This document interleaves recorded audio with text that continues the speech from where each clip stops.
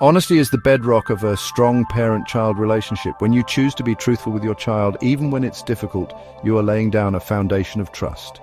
This trust is not just a nice idea.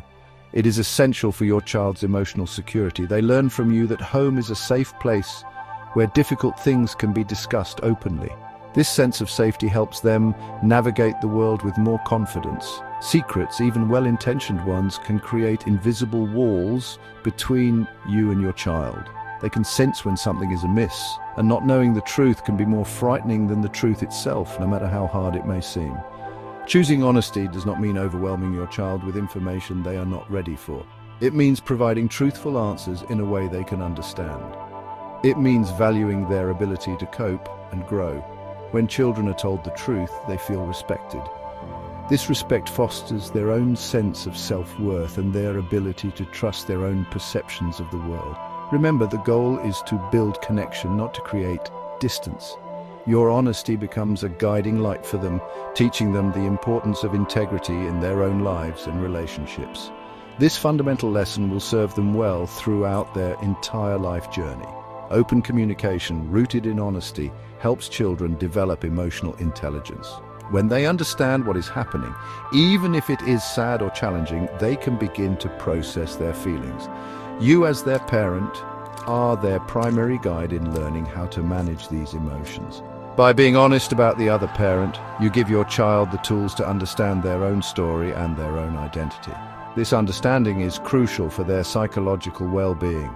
It allows them to make sense of their family situation without blaming themselves or feeling confused by unspoken tensions they might perceive. Ultimately, honesty strengthens the family unit, even when facing adversity. It shows your child that your family can handle difficult truths together. This builds resilience. It teaches them that problems can be confronted and discussed rather than avoided.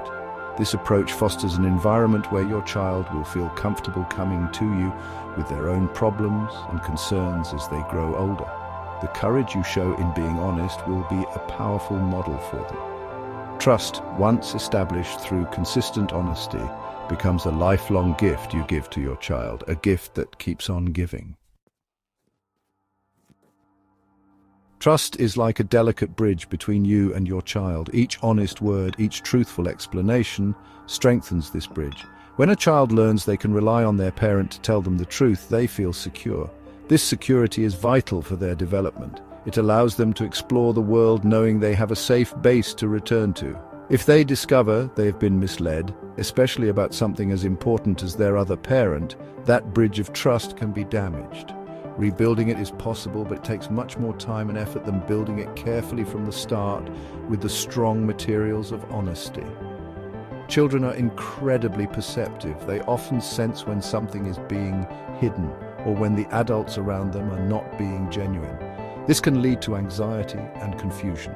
They might create their own explanations for what is happening, and these imagined scenarios can often be far more frightening than the reality. Giving them truthful, age-appropriate information about their other parent helps to dispel these fears. It allows them to understand their world based on facts, not on unsettling uncertainties. This clarity is a comfort, even if the truth itself is painful. It empowers them by making the unknown known. When you're honest with your child about their other parent, you are also teaching them a valuable life lesson. You are showing them that truth is important, even when it is uncomfortable.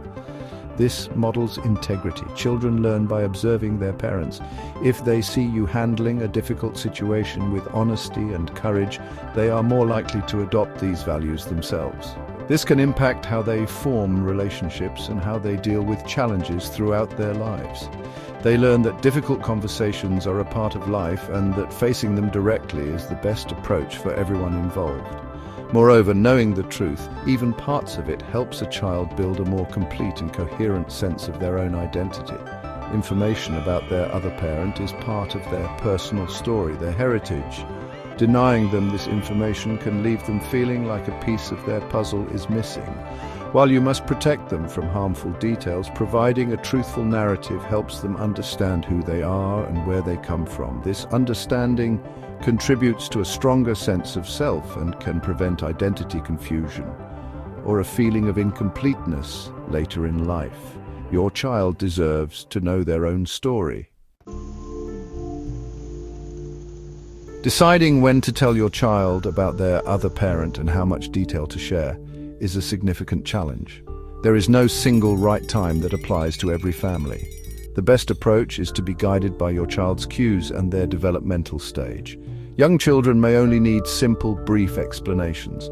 Older children and teenagers will likely have more complex questions and can handle more detailed information. Start with the basics and allow their questions to guide how much more you share. Remember, this is often not a single conversation, but an ongoing dialogue that evolves as your child grows. One key principle is to answer questions honestly as they arise. If your child asks about their other parent, it means they are thinking about them and are ready for some level of information. Avoiding their questions can make them feel that the topic is forbidden or shameful. It can also signal that you are uncomfortable, which can make them hesitant to ask again. Instead, offer a simple, truthful answer. If you don't know the answer to a question, it's okay to say so. You can tell them you will try to find out or explain why some information might not be available. Consider your child's emotional maturity and ability to process information. The goal is to inform, not to overwhelm or cause undue distress. You want to provide enough truth to satisfy their curiosity and their need to understand, without burdening them with adult problems or details that could be psychologically damaging. For example, explaining that a parent left because they were unhappy is different from detailing every conflict. Focus on the information that directly impacts the child and their understanding of their family structure. Always frame the information in a way that reassures them of your love and their security. It is also important to consider your own emotional state when you plan to have these conversations. If you're feeling very angry, hurt, or bitter towards the other parent, it is wise to process these emotions separately, perhaps with a therapist or a trusted friend before talking to your child. This will help you communicate the information as neutrally and calmly as possible. Your child needs factual information, not to be caught in the middle of adult conflicts or to feel pressured to take sides. Your calm demeanor will help them feel safer and more able to absorb the information. When talking to very young children, from infants to around 5 years old, simplicity and reassurance are paramount. At this stage, their understanding of complex family situations is limited. Their primary need is to feel safe, loved, and secure. For infants and toddlers, the absence of a parent is felt more as a change in routine or emotional atmosphere than an abstract concept. If the other parent is not present, you might simply explain, "Daddy or Mummy lives in a different house." Now focus on the constants in their life, your presence, your love, and their daily routines. This helps maintain their sense of stability. Preschoolers, typically aged 3 to 5, begin to ask more direct questions. They might ask, "Where is my other parent?" or "Why doesn't Daddy or Mummy live with us?" Your answers should be brief, concrete, and truthful without adult complexities. For example, you could say, "Mummy and Daddy decided it was best to live in different homes so we wouldn't argue so much, but we both love you very, very much." Avoid blaming the other parent. Focus on the fact that the decision was about the adults, not about the child. Reassure them that they are not at fault and that your love for them is unwavering. Use simple language that a young child can grasp. Avoid abstract terms or euphemisms that might confuse them. For instance, saying a parent went away can be frightening, as they might think the parent will return like someone who went to the store. If a parent has passed away, simple terms like died are clearer than lost or gone to sleep. Follow this with reassurance that they are safe and will be taken care of. Picture books about different family structures or dealing with separation can also be helpful tools to initiate conversations and help them understand. Remember that young children process information through play and repetition.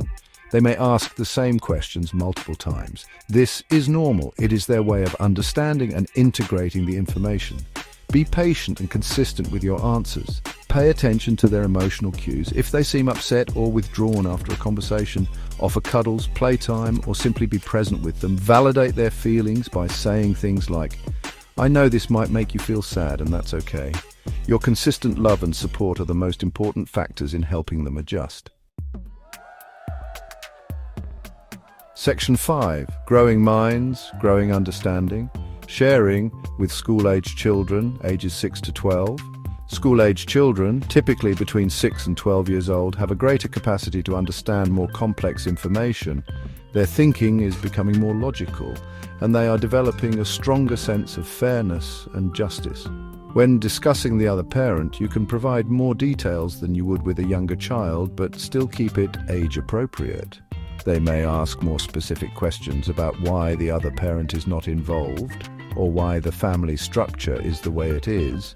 Be prepared to answer these questions honestly, but without oversharing adult emotional burdens or negative opinions.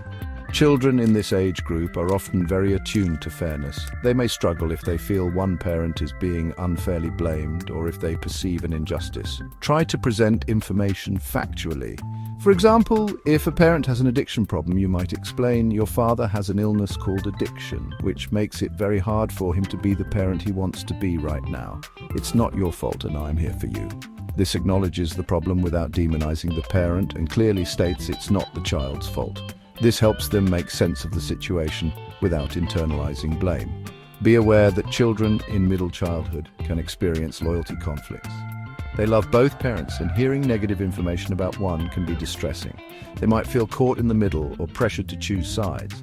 Reassure them that it is okay to love both parents. Emphasize that your feelings about the other parent are separate from their relationship with that parent, where applicable. If the other parent is truly harmful, then your focus will be on protecting the child, but even then avoid unnecessary vilification that could damage the child's sense of self, as they are part of both parents.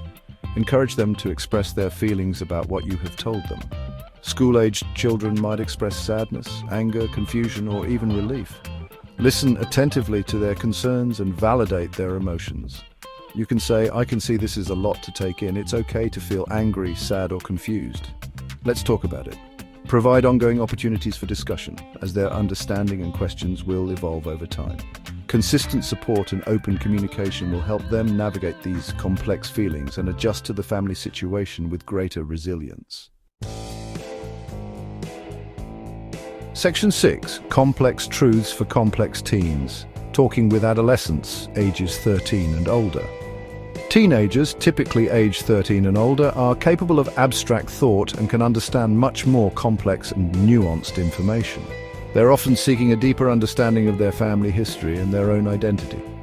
When discussing their other parent with a teenager, you can generally be more direct and provide more detail than with younger children. They may have already pieced together some information on their own or have strong suspicions. Honesty at this stage is crucial, as they are quick to detect evasion or dishonesty, which can severely damage trust. Adolescents are developing their own moral compass and can grapple with difficult truths, such as a parent's mental illness, addiction, abandonment, or incarceration. While you should still be mindful of not overwhelming them with your own emotional pain, they can often handle more of the why behind a parent's absence or behavior. For instance, you might explain, "Your mother struggles with a serious mental health condition that has made it impossible for her to be consistently present in your life. This is her illness, not a reflection of her love for you or of your worth." Be prepared for a range of strong emotional reactions from your teenager. They might express anger, resentment, deep sadness, disappointment, or even a sense of betrayal towards the absent parent, or sometimes towards you for information previously withheld. It is vital to validate these feelings without becoming defensive. Listen more than you speak. Allow them to vent their frustrations and ask difficult questions. Reassure them that their feelings are normal and understandable. You might say, "I understand why you feel so angry about this. It's a very difficult thing to accept." Adolescence is a time when individuals solidify their identity. Understanding their family background, including the realities about both parents, is an important part of this process. While you protect them from truly harmful or inappropriate details, providing a truthful narrative helps them integrate this information into their life story. Offer ongoing support and be open to revisiting the conversation as they process the information. Consider suggesting therapy if they are struggling significantly, as a neutral third party can be very helpful for teens navigating complex family issues. Your consistent, honest support is invaluable. Section 7. Tackling tough topics, scenarios, and sensitive approaches. When the truth about the other parent involves difficult issues like addiction, mental illness, abandonment, or incarceration, The conversation requires extra sensitivity and care. For example, if a parent struggles with substance abuse, you might explain to a school-aged child, "Your father has an illness that makes him sometimes act in ways that are not safe or kind. This illness is called addiction. It doesn't mean he doesn't love you, but it means he can't always be the dad you need him to be." Reassure them it is not their fault and they are safe with you. Focus on the illness aspect rather than moral failing, especially with younger children. In cases of abandonment, where one parent has chosen to leave and have no contact, children often internalize this as a personal rejection. It is crucial to counteract this. You might say your mother made a very difficult decision to leave. This was about her own problems and her own unhappiness, and it was not because of anything you did. You are lovable, and I am so glad you are my child. With older children or teens, you might be able to discuss some of the parents' likely struggles that led to such a decision, without making excuses for the behavior, but helping the child not to blame themselves. If a parent is incarcerated, the explanation needs to be factual but age-appropriate. For a young child, Daddy broke an important rule, a grown-up rule, and he has to stay in a special place for a while to learn about following rules. He still loves you. For an older child or teen, you can be more specific about the law that was broken, depending on the nature of the offense and what is appropriate for them to know. Discuss how you will maintain contact if possible and appropriate, such as through letters or calls. The key is to reduce shame and confusion for the child. When dealing with a parent's mental illness, explain it as an illness, much like a physical one. Mummy has an illness that affects her thoughts and feelings sometimes. It can make her very sad or act differently. It's not her fault. And it's not your fault. Help the child understand that the parent's behavior is a symptom of the illness. Reassure them of their own safety and well-being. In all these scenarios, the consistent message must be, you are loved, you are safe, and it is not your fault. Provide ongoing opportunities for questions and emotional expression. Section 8. Nurturing your child's heart, meeting their emotional needs. When a child learns a difficult truth about their other parent, their emotional world can be shaken.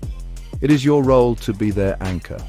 One of the most important things you can do is to validate their feelings, whether they express sadness, anger, confusion, fear, or even relief. Let them know that their emotions are normal and acceptable. Say things like, "I can see this news makes you feel very angry, and it's okay to feel that way." Avoiding or minimizing their feelings can make them feel alone or misunderstood. Create a safe space where all emotions are welcome. Children need consistent reassurance of your love and their security. Difficult news can make them worry about their own stability or whether you might leave them too. Reiterate your commitment to them. Tell them frequently, "I love you, I am here for you, and we will get through this together." Physical affection, like hugs and cuddles, can be very comforting, especially for younger children. For older children and teens, just being present and available to talk or listen can provide immense comfort. Predictable routines also help children feel secure during times of emotional upheaval. Encourage open communication. Let your child know that they can always come to you with questions or to talk about their feelings, even long after the initial conversation. Check in with them periodically. Ask them how they are doing with the information. Sometimes children need time to process before they are ready to talk. Be patient. You might say, "I know we talked about your dad a few weeks ago. How are you feeling about that now? Is there anything you want to ask or share?" This keeps the door open for ongoing dialogue. Help your child develop healthy coping strategies. This could involve drawing or writing about their feelings, engaging in physical activities to release tension, talking to a trusted friend or family member, or practicing mindfulness exercises. For some children, creative outlets like music or art can be very therapeutic. If you notice your child is struggling significantly, perhaps with prolonged sadness, anxiety, behavioral changes, or difficulties at school, do not hesitate to seek professional help from a child therapist or counselor. This is a sign of strong parenting, not failure. Section 9. Caring for the caregiver. Your well-being matters too. Navigating these difficult conversations and supporting your child is emotionally demanding work. It is essential to remember that your well-being matters just as much. You cannot pour from an empty cup. Taking care of your own emotional and physical health allows you to be the calm, present, and supportive parent your child needs during this challenging time. Acknowledge your own feelings about the situation with the other parent. your grief, anger, frustration, or sadness. Find healthy ways to process these emotions. Separate from your child. Seek support for yourself. This might mean talking to a trusted friend, a family member, a therapist, or joining a support group for single parents. Sharing your burdens and gaining perspective from others can be incredibly helpful. A therapist can provide you with strategies for managing your own stress and for communicating effectively with your child. Remember, seeking help is a sign of strength. It models self-care for your child and ensures you have the emotional resources to handle the demands of parenting through difficult circumstances. Your child benefits when you are emotionally healthy. Practice self-compassion. You might feel guilt, worry about whether you are saying the right thing, or regret about past situations. Be kind to yourself. You are doing your best in a complex and often painful situation. There is no perfect script for these conversations. Focus on your intention to love, protect, and be honest with your child. Forgive yourself for any perceived mistakes. Every parent learns as they go. Your commitment to your child's well-being is what truly matters most in these challenging moments. Make time for activities that recharge you. This could be exercise, hobbies, spending time in nature, reading, or simply having some quiet time alone. Even small moments of self-care can make a big difference in your ability to cope with stress. When you are rested and feeling more balanced, you will have more patience and emotional energy for your child. Remember, you are the cornerstone of your child's stability.